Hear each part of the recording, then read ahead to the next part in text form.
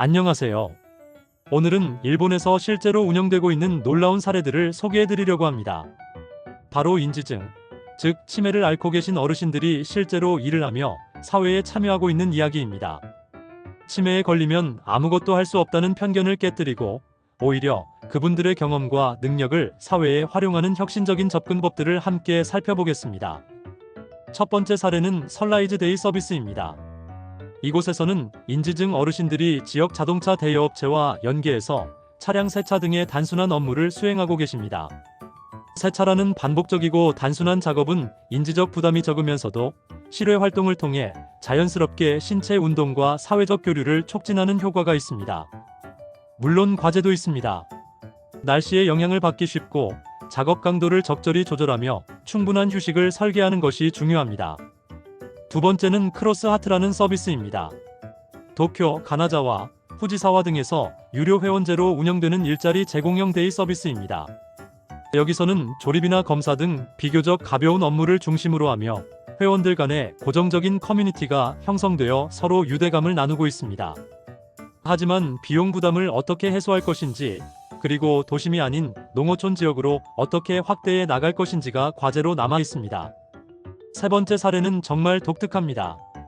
해바라기 지원 스트립에서는 공항이나 관광지에서 여행 동반 및 지원 역할을 인지증 환자분들이 맡고 계십니다. 외출 기회를 제공함으로써 심리적 활력을 도모하고 목적이 분명한 활동이라 집중력 유도에도 효과적입니다. 다만 이동 중 안전관리와 일정 변화에 대한 적응을 어떻게 지원할 것인지가 중요한 고려사항입니다. 네 번째는 많은 분들이 감동받으실 치바루 식당 사례입니다. 이 식당에서는 치매 어르신들이 주문받기와 서빙 업무를 하시는데 특별한 점이 있습니다. 바로 주문을 실수해도 고객들이 이해해주는 분위기가 조성되어 있다는 것입니다. 고객의 포용적인 태도가 특별한 서비스 경험으로 이어지며 짧은 서비스 사이클로 부담도 완화됩니다. 물론 바쁜 시간대의 업무 속도 관리와 위생, 안전 교육 강화는 지속적으로 필요한 부분입니다. 다섯 번째는 언제든 꿈을 목공소입니다.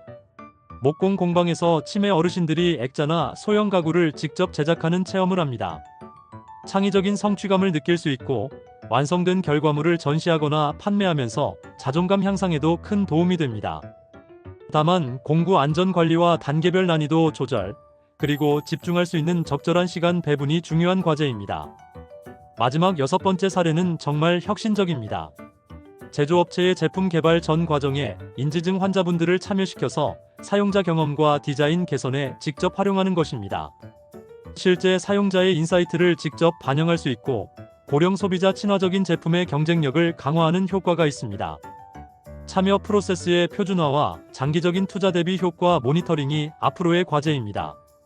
이 6가지 사례들을 종합해보면 몇 가지 공통된 특징을 발견할 수 있습니다.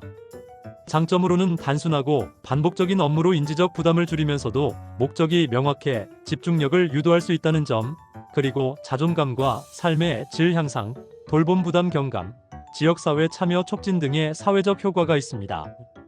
과제로는 작업의 단조로움으로 인한 흥미 상실 가능성, 작업 강도와 환경 변화 관리의 필요성, 안전하고 윤리적인 노동 보장, 그리고 제도와 보상 체계 정비 등이 있습니다. 이러한 일본의 사례들이 우리나라에 주는 시사점은 무엇일까요? 먼저 제도 정비 측면에서는 장기요양보험 등 사회보험 내에 노인 노동 참여 수가를 신설하고 안전과 윤리 기준을 포함한 표준 매뉴얼 개발이 필요합니다. 운영 확대 면에서는 지자체, NPO, 기업이 협업해서 비도심 지역까지 모델을 확산시키고 온라인과 오프라인을 결합한 하이브리드 서비스를 강화해야 합니다. 기술 지원으로는 음성인식 주문 시스템, 웨어러블 안전 모니터링 도입, 그리고 디지털 기술을 활용한 맞춤형 업무 매칭 플랫폼 구축이 도움이 될 것입니다.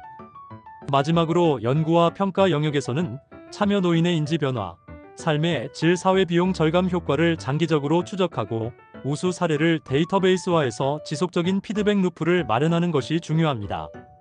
오늘 소개해드린 일본의 사례들을 보면서 우리가 고령화와 치매 문제를 바라보는 관점을 근본적으로 바꿔야 한다는 생각이 듭니다.